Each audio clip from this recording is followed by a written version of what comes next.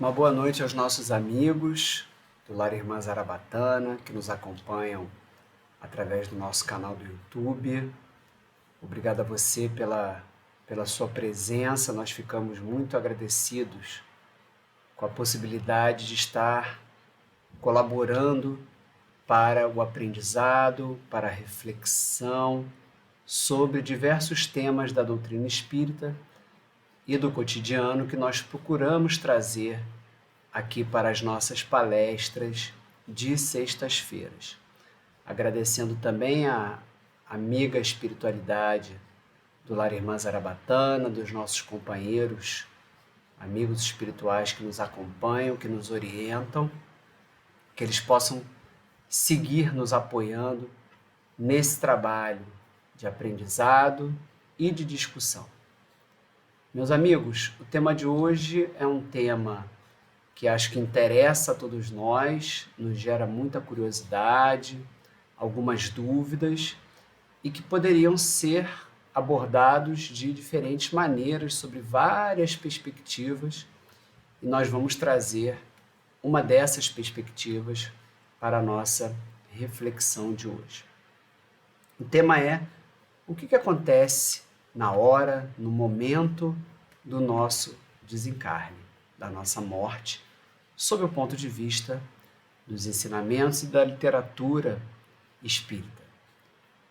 Quem não gostaria de saber ou se lembrar, já que nós estamos falando de espíritos eternos que encarnam e desencarnam e reencarnam, ou seja, assim como os elementos naturais, nós nascemos e morremos por diversas vezes, então, muito provavelmente, temos uma lembrança oculta ou escondida sobre o nosso desencarne anterior, mas ainda assim gostaríamos de saber o que eu vou sentir na hora do meu desencarne, o que vai acontecer com o meu corpo físico, com o meu corpo espiritual.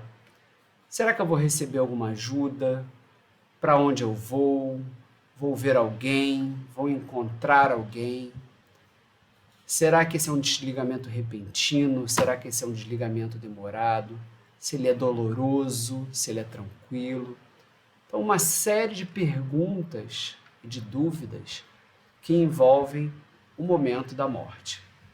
E a gente vai tentar aqui, principalmente explorando o Livro dos Espíritos, esclarecer algumas dessas questões. Muito bem. A gente começa então pela questão 154 do Livro dos Espíritos, em que Kardec faz uma pergunta bastante objetiva. A separação da alma e do corpo, ela é dolorosa? Ou seja, no momento do nosso desencarne, em que o corpo vai se separar do perispírito e do espírito, essa separação, esse desligamento, ele é doloroso? E a resposta da espiritualidade é não. O corpo frequentemente sofre mais durante a vida que no momento da morte. Na morte, a alma nada sente. Pois bem, então para aqueles que têm medo de morrer, já temos aqui uma primeira boa notícia. Morrer não dói. Não vamos sentir uma dor penosa, uma dor sentida, né? Um sofrimento agudo nesse momento de desligamento dos nossos laços. Mas será que não vamos sentir nada? Será que a gente vai ter clareza e ciência que desencarnou ou não? Então, vamos seguir explorando aqui o Livro dos Espíritos. Kardec continua, na 155. Há uma linha divisória bem marcada entre a vida e a morte. A gente vai ter ali um momento muito claro de interrupção e de transição em que a gente poderia dividir até aqui estou vivo e até aqui já morri? E a espiritualidade, mais uma vez, responde: não. A alma, o espírito encarnado, ele se desprende gradualmente e não escapa como um pássaro cativo subitamente libertado. Porque os dois estados se tocam e se confundem, de maneira que o espírito se desprende pouco a pouco dos seus laços. Ou seja, esse momento do desligamento, dessa separação, ele não vai acontecer de uma forma brusca, tal que nós tenhamos a possibilidade de fazer uma identificação muito clara e objetiva entre até onde vai a vida e aonde começa a morte. Como diz aqui a espiritualidade, esse desligamento ele vai acontecendo de maneira gradual. Aos poucos esse processo ele vai acontecendo. E nós vamos ver que, para alguns casos, esse processo de desligamento ele é mais lento, mais trabalhoso, mais vagaroso, mas para outros casos, esse desligamento é um pouco mais rápido, sim. Não que ele seja brusco, que o corpo seja ejetado, né? Tal como aqueles pilotos de caças de aviões que são ejetados quando o avião é atingido por um míssil, por exemplo, e abruptamente eles saem de dentro do corpo do avião. Por que que isso não acontece? E aqui a espiritualidade já nos traz uma pequena explicação. Os dois estados, as duas formas, corpo material e corpo espiritual, elas não só se tocam, mas elas se confundem, elas estão entrelaçadas energeticamente. De maneira, então, que essa energia, esse entrelaçamento, ele precisa ir sendo interrompido ou quebrado de maneira gradual. Mas vamos em frente. Existe um vídeo muito interessante e que talvez seja conhecido de vocês porque ele é bastante utilizado, bastante recomendado nos estudos espíritas, que é um vídeo que conta, ou que mostra o processo de desencarnação de Dimas. Dimas é um personagem da obra de André Luiz, a obra chamada Obreiros da Vida Eterna. E nessa passagem do livro, André Luiz acompanhou todo esse processo de desligamento do corpo espiritual e do corpo físico de Dimas. E assim como André Luiz conta esse processo no livro com uma ótima riqueza de detalhes, esse grupo espírita fez um trabalho, né, como se fosse uma novela, de um vídeo, fazendo essa mesma passagem e essa mesma explicação. Então nós recomendamos, né, que vocês possam assistir para entender como é ali, naquele exemplo de Dimas, que a espiritualidade amiga atua fazendo pouco a pouco esse processo de desligamento, rompendo laço a laço, desvinculando as partes espirituais de cada um dos órgãos físicos, fazendo o desligamento da parte cerebral e, por fim, rompendo ali o último fio de prata de uma maneira cuidadosa, de uma maneira amorosa, que tudo possa acontecer da mais perfeita forma para que o espírito ele possa se desligar e possa seguir para onde ele será recebido na espiritualidade ou para onde ele será atraído para a espiritualidade, conforme o seu estado e a sua evolução moral e espiritual. Também é interessante que, além de mostrar a dinâmica da espiritualidade, essa passagem também comenta sobre a participação e a influência dos familiares nesse processo. Porque não basta que apenas aquela pessoa que está desencarnando tenha a tranquilidade, a fé e o conhecimento espírita que vai ajudar nesse processo para que ele ocorra de uma maneira tranquila, né? Para que aquele espírito esteja preparado e ciente de que o desencarne irá acontecer, que tudo aquilo que ele aprendeu durante a sua jornada terrena, estudando, ouvindo as palestras, participando de grupos de estudo, assistindo às sessões espíritas, precisa ali naquele momento ser colocado em prática. E isso vai trazer uma segurança, uma tranquilidade para aquele momento. Mas também os familiares têm uma participação importante nesse processo, que a gente vai comentar daqui a pouquinho, voltando para esse caso da morte de Dimas. Pois bem, e aí a gente volta então para o Livro dos Espíritos, na questão 163, em que Kardec, dentro desse estudo, né, do desencarne, do desligamento do corpo físico do corpo espiritual, segue fazendo algumas perguntas sobre essa hora da morte. A alma tem consciência de si mesma imediatamente depois de deixar o corpo físico? E a espiritualidade responde: imediatamente, não. A alma passa algum tempo por um estado de perturbação. Então vamos lá.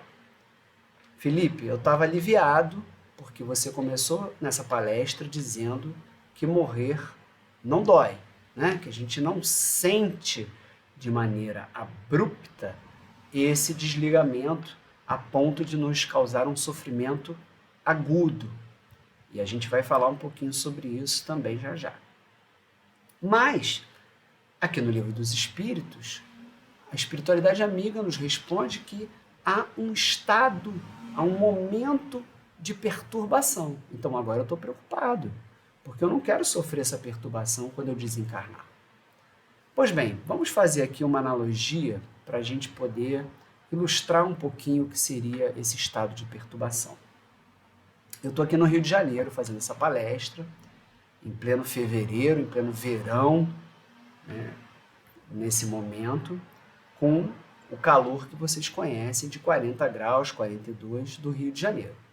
Imagine que eu hoje resolva viajar, para não ser assim muito radical, vamos viajar para o Canadá. Tá? E lá nesse momento, que está no inverno, eu muito provavelmente vou encontrar uma temperatura de talvez menos 10 ou de 0 graus, né? E vou sair de uma temperatura de 40 e encontrar uma temperatura baixa, muito fria. Isso certamente, quando lá eu chegar, vai me causar algum estranhamento, né? Vai me causar um incômodo. Para algumas pessoas esse incômodo vai ser maior, vai vir acompanhado de um resfriado, de uma dor de cabeça, de uma coriza. Para outras pessoas vai ser mais aquele incômodo do frio, o vento gelado, preciso me agasalhar. Para outras pessoas, não. Puxa, que bom que eu saí dos 40 graus e agora estou encontrando aqui um fresquinho de 0 graus.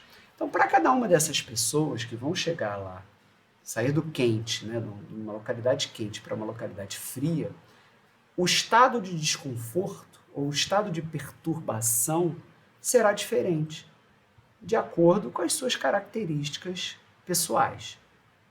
Então, o estado de perturbação que a espiritualidade nos sinaliza no momento de desencarne é a necessidade de adaptação daquele espírito que regressa para o mundo espiritual. E essa adaptação, ela vai ser mais ou menos tranquila, mais ou menos confortável, em função das condições, não só do desencarne, mas das condições íntimas. Então vejam só, o que vai influenciar no processo de desencarnação e nessa adaptação que vai gerar uma menor ou uma maior perturbação são dois fatores.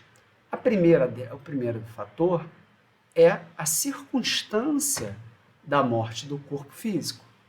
Essa morte se deu por uma causa natural, por uma doença grave, por um acidente, por um suicídio. Dependendo da circunstância, e a gente vai trazer esses exemplos daqui a pouco,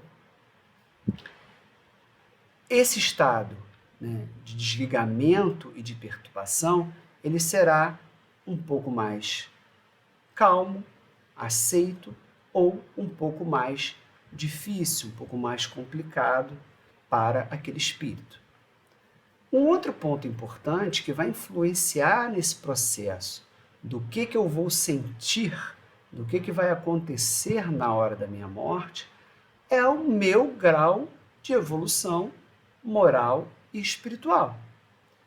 Quanto mais espiritualizado é o espírito que está desencarnante, mais facilmente ele vai conseguir desvencilhar-se, soltar-se daquele corpo físico.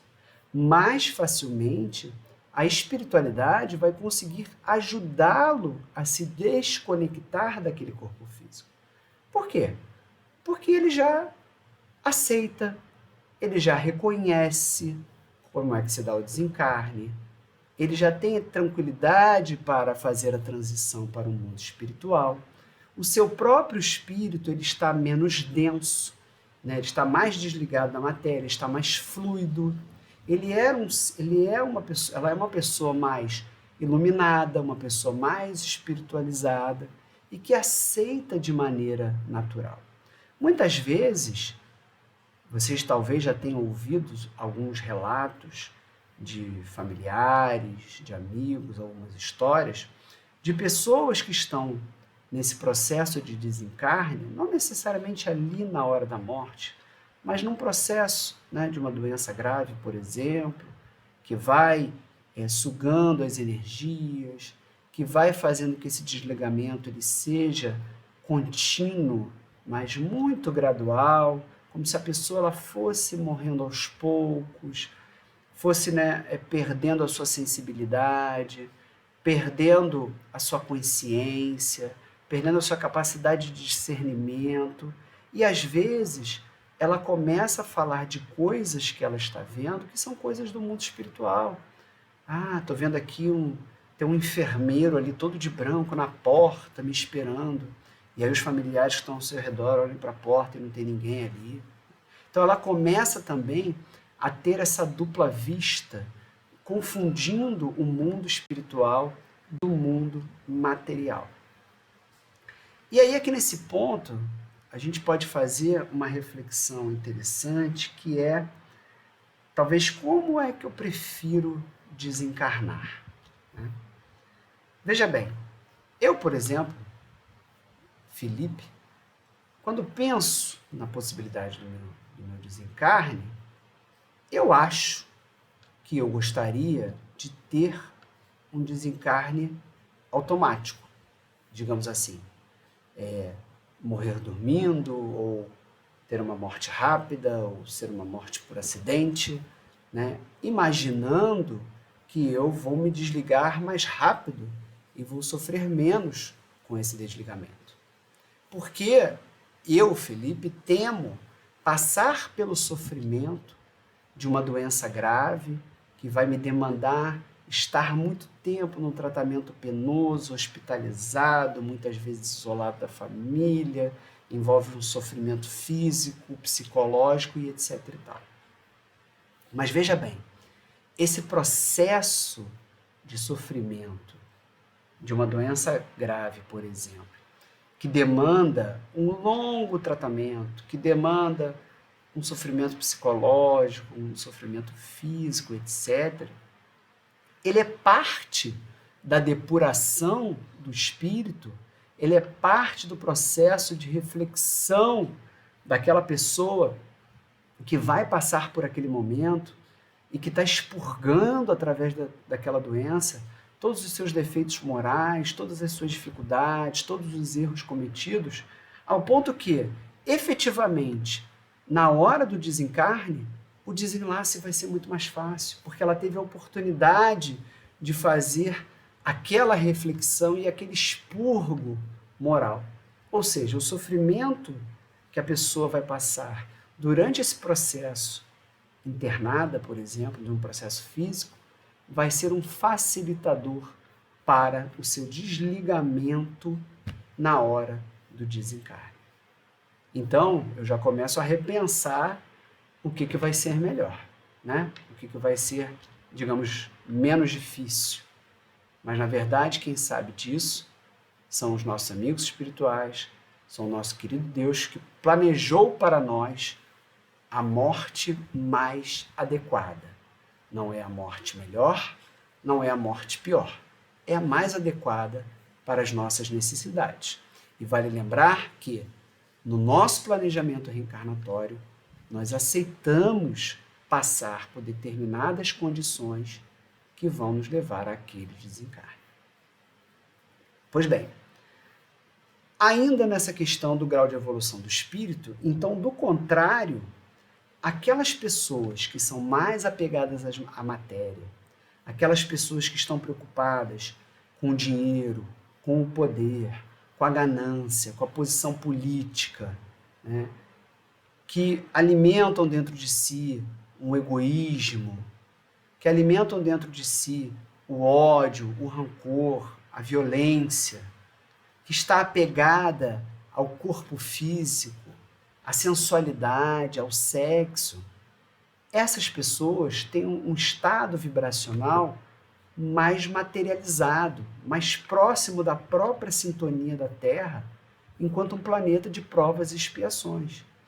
Então, para esse espírito que não teve ainda a oportunidade de trabalhar as faculdades espirituais, se afinizar com as questões espiritualistas, aquela tal perturbação do momento do desencarne, ela é um pouco mais difícil. Por quê? Porque esse espírito está muito colado, muito apegado, imantado ao plano terrestre. E para que esse desligamento aconteça, vai ser mais trabalhoso. Vai ser, entre aspas, mais doloroso, mais complicado. A espiritualidade vai precisar de mais tempo, né? E com isso, então, esse estado de perturbação, de quando a pessoa despertar no plano espiritual, vai haver um estranhamento maior, tal como aquele que saiu do Rio de Janeiro com 40 graus e subitamente desceu do avião no Canadá a -10 e que sente aquele choque térmico, sente o impacto daquele frio. Então, o processo de acostumar-se agora com o plano material, com o plano espiritual, para aqueles espíritos que são mais materializados, ele é muito mais difícil, ele é muito mais trabalhoso. Então, há essa perturbação que a espiritualidade comentava, há esse incômodo, há essa angústia, há essa dificuldade de adaptação. Pois bem, vamos então, como eu prometia, trazer alguns exemplos, né, do como vai se dar então a hora da morte e esse processo de desligamento para alguns casos. Lembrando sempre que a doutrina espírita, o espiritismo, né, os ensinamentos que nós estamos tendo, eles não são precisos ou matemáticos, melhor dizendo. Ou seja, se eu passei por isso, vai acontecer isso. Se eu tenho essa doença, a consequência é essa. Se o desencarne foi desse tipo, o que certamente acontecerá é isso. Não há essa regra de causa e consequência estritamente precisa, tá? Porque existem uma série de fatores que vão colaborar para esse processo de desencarne. Os fatores íntimos, os fatores ao redor, os fatores espirituais, aquilo que está programado para nós. Então, existem características e circunstâncias comuns, né, que nos levam, e que a doutrina tem mostrado, que muito provavelmente acontecerá daquela forma. Pois bem, o desencarne por uma idade avançada ou por uma doença prolongada, a gente já teve aqui, já comentamos um pouquinho, em que a carga vital, né, a energia vital do próprio ser encarnado, ela vai se esgotando pouco a pouco. E esse desligamento, ele acaba tendendo a ser natural, a ser fácil. e o espírito então vai conseguir superar logo essa fase de perturbação. Aquelas pessoas que desencarnaram na velhice por causas naturais, né, acabam tendo aquele desligamento prolongado, muitas vezes passam por outras doenças que vão tirando o seu estado de consciência, que vão abrindo a consciência do plano espiritual, né? Já não reconhecem mais as pessoas que estão encarnadas.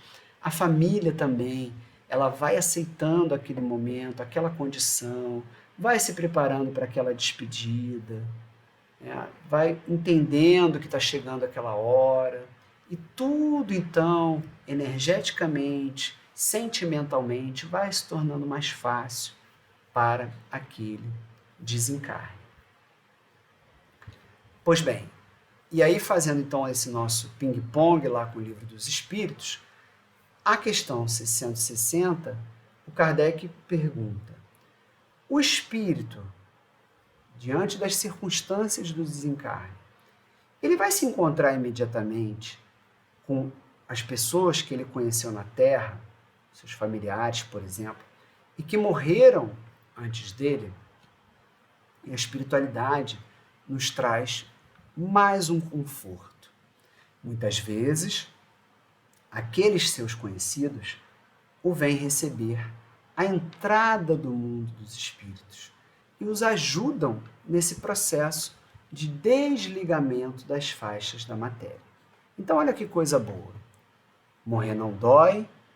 Para nós que estamos tentando nos melhorar, que estamos tentando nos espiritualizar, que estamos estudando, que estamos aprendendo, que estamos colocando a nossa fé daquilo que está nos sendo passado através do conhecimento, do estudo, vamos ter a oportunidade de fazer um processo mais tranquilo, de passar por um estado de perturbação menos complexo e ainda mais, vamos ser recebidos pelos nossos familiares, pelos nossos entes queridos. Quem de nós, ao aproximar-se ou encarar o desencarne, não gostaria de despertar reencontrando seu pai, reencontrando a sua mãe, reencontrando seu avô, a sua avó, um outro familiar querido, muitas vezes um filho ou uma filha? Olha que momento maravilhoso. Por que a gente precisa temer isso?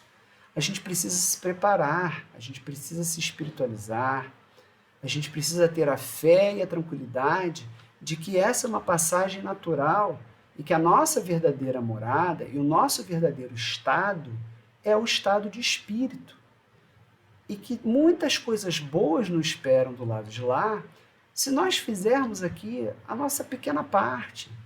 Não estão nos pedindo muito, sabem que nós somos cheios de defeitos, sabem que vivemos num mundo de muitas provas, de muitas tentações, que somos falhos e somos capazes de errar, mas que se fizermos um pouquinho, se prestarmos atenção, se usarmos o amor, o bem ao próximo, praticarmos a bondade, ouvirmos o outro, tolerarmos, usarmos a paciência, a gente vai se melhorando pouco a pouco e o desencarne vai se tornar uma coisa muito natural, muito tranquila, muito fácil de ser encarada. Pois bem, agora, se a gente passa por um processo de desencarne por uma doença, em que há uma difícil aceitação, em que há um apego à matéria ou a não aceitação pelo doente ou pelos familiares, isso vai dificultar o processo de desencarne, porque é como se houvesse uma energia fazendo um cabo de guerra, né? E puxando a gente para que a gente fosse mantido aqui, enquanto a espiritualidade está tentando fazer o processo de desligamento. Naquele vídeo da morte de Dimas, e eu trago aqui mais uma imagem, há a citação desse fato, em que a esposa de Dimas está ali ao lado do seu leito de desencarne, só que ela está desejosa de que Dimas não se vá. Ela não aceita a morte dele. Ela pede que ele fique mais tempo, que ele não morra naquele momento. E vejam como a ilustração mostra, e André Luiz conta isso no livro, que vai sendo criada uma teia energética sobre o corpo espiritual de Dimas, que dificulta esse processo de desligamento, e essa teia vai precisar ser quebrada pela espiritualidade em função desses pensamentos que estão sendo emitidos pela sua esposa. Por quê? Porque ela não aceita aquele desencarne. E se ela também pudesse compreender aquele momento, e já que ela o ama tanto, que ela possa contribuir para que esse desencarne seja feito de maneira tranquila. Possa oferecer uma prece, possa colocar toda a sua fé para fora, o seu otimismo, a sua esperança de que o melhor para aquela pessoa é de que aconteça daquela maneira. E que ela tenha certeza de que em breve ela iria reencontrá-lo. E que ela precisava continuar a vida dela, fazendo o melhor para que realmente, quando ela desencarnasse, ela pudesse ter esse reencontro. Pois bem, nesses casos, para resolver essa situação, os socorristas espirituais fazem com que o doente tenha uma repentina melhora, que é a chamada melhora da morte, e que a nossa amiga palestrante Marina já tem aqui no nosso canal do Lar Irmã Zarabatana uma palestra sobre esse tema que eu recomendo que vocês assistam. A melhora da morte, ela tem algumas funções, né?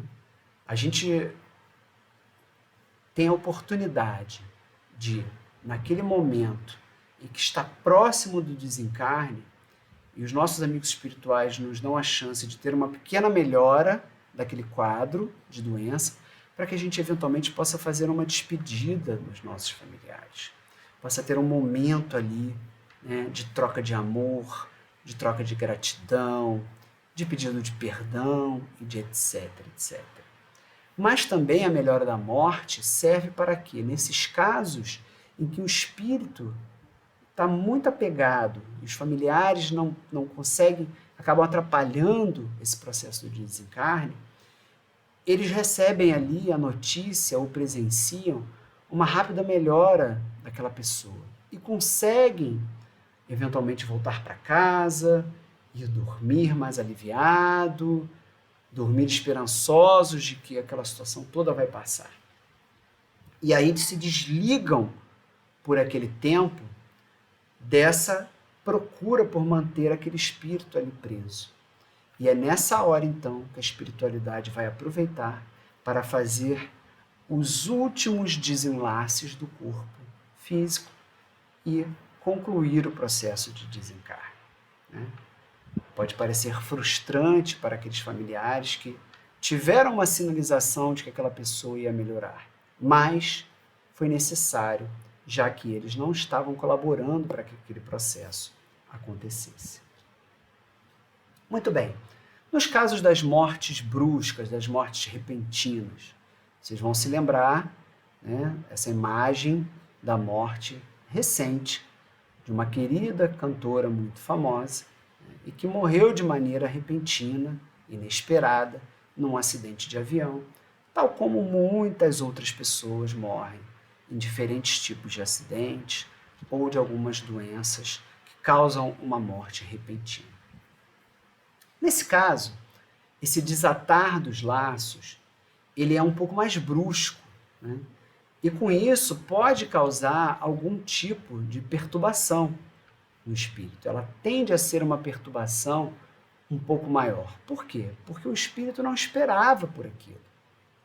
É um desligamento repentino.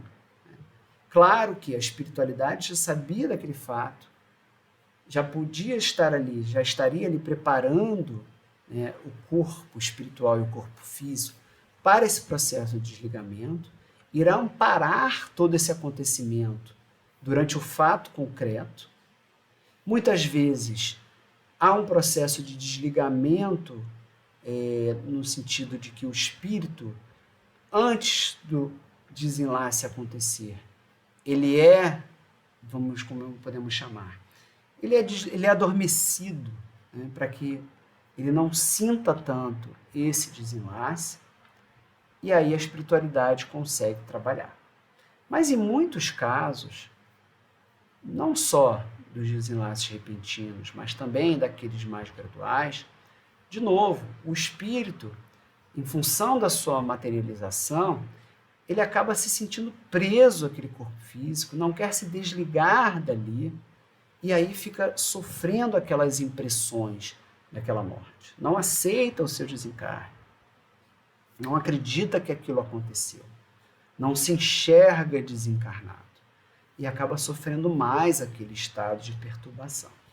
Seja por desconhecimento, seja por não concordar e não aceitar, e aí acaba blasfemando, questionando a justiça divina, questionando Deus, enfim.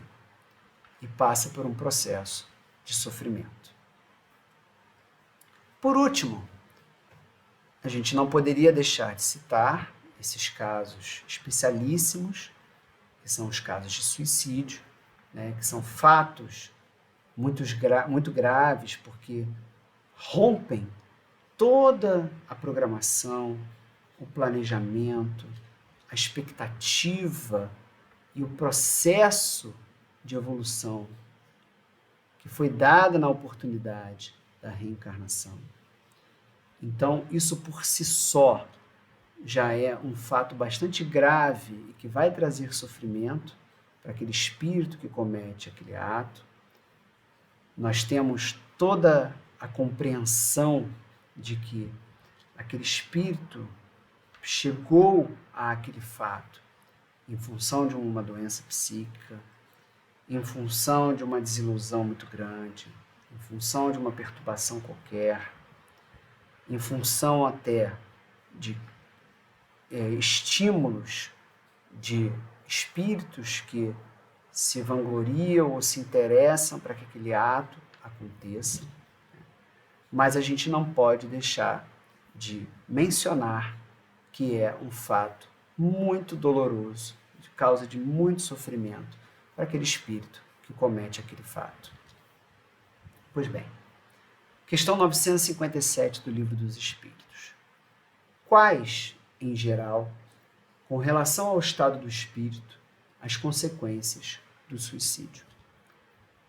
Esse desligamento repentino e inesperado, né, não programado.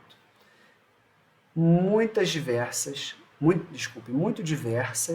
são as consequências do suicídio. Não apenas determinadas.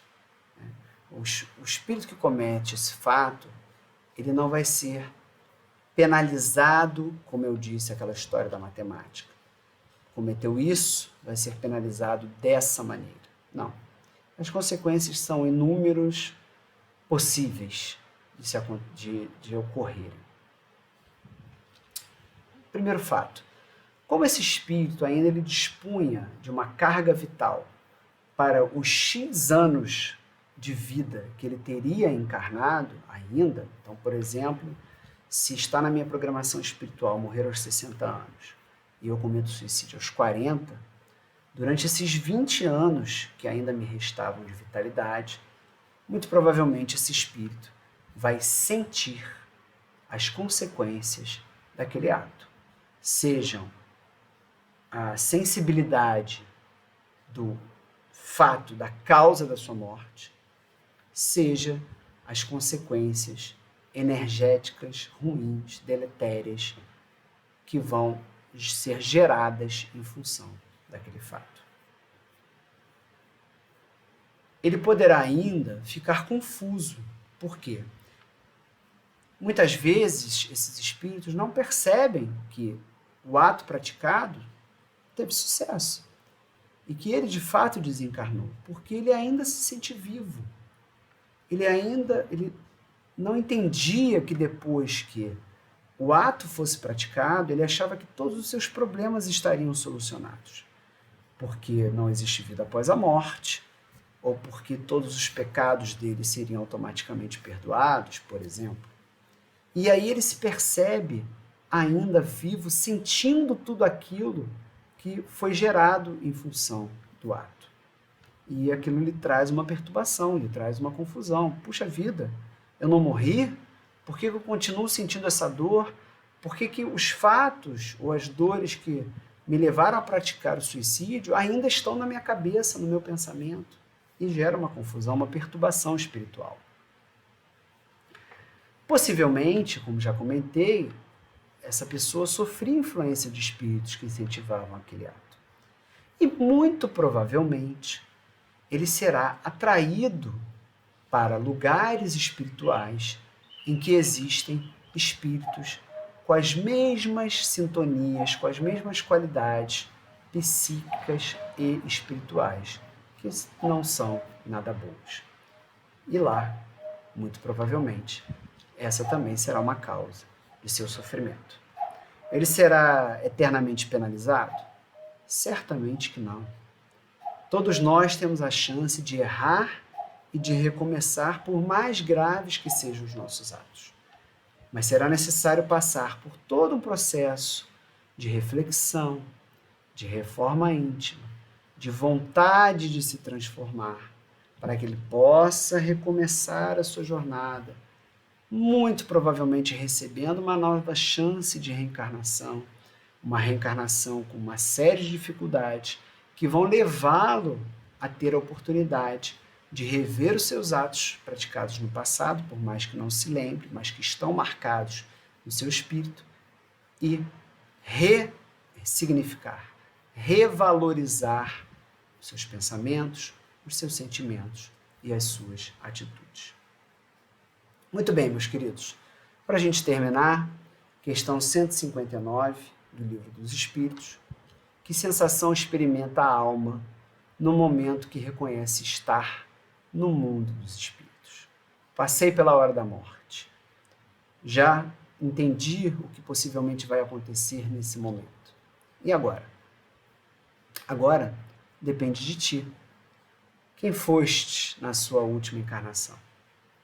Praticou mal e com isso gerou uma série de débitos, atraiu para si espíritos com as mesmas intenções, possui na sua aura, possui no seu espírito marcas, uma energia ruim, uma energia negativa em função desses atos, e aí será atraído para lugares que têm essa mesma sintonia, essa mesma qualidade, ou procurou fazer o seu melhor, procurou evoluir, procurou praticar o bem, o amor, e será naturalmente despertado em espaços, em locais e na presença de espíritos com essas mesmas características, amorosas, direcionadas ao bem e com uma vibração elevada. Então depende de nós como será o nosso desencarne e para onde nós desejamos ir. Assim, meus amigos, eu termino a nossa reflexão de hoje, esperando ter colaborado para o entendimento.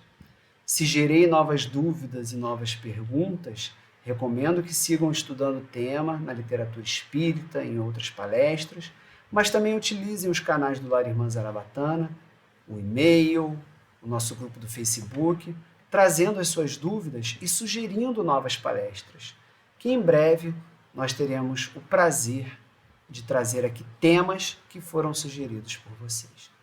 Eu desejo, então, uma boa noite a todos, agradecendo a companhia de vocês e que possamos, então, agradecer também ao Mestre Jesus e à nossa querida irmã Zarabatana por essa oportunidade de aprendizado. Que assim seja, graças de Deus, e uma boa noite a todos.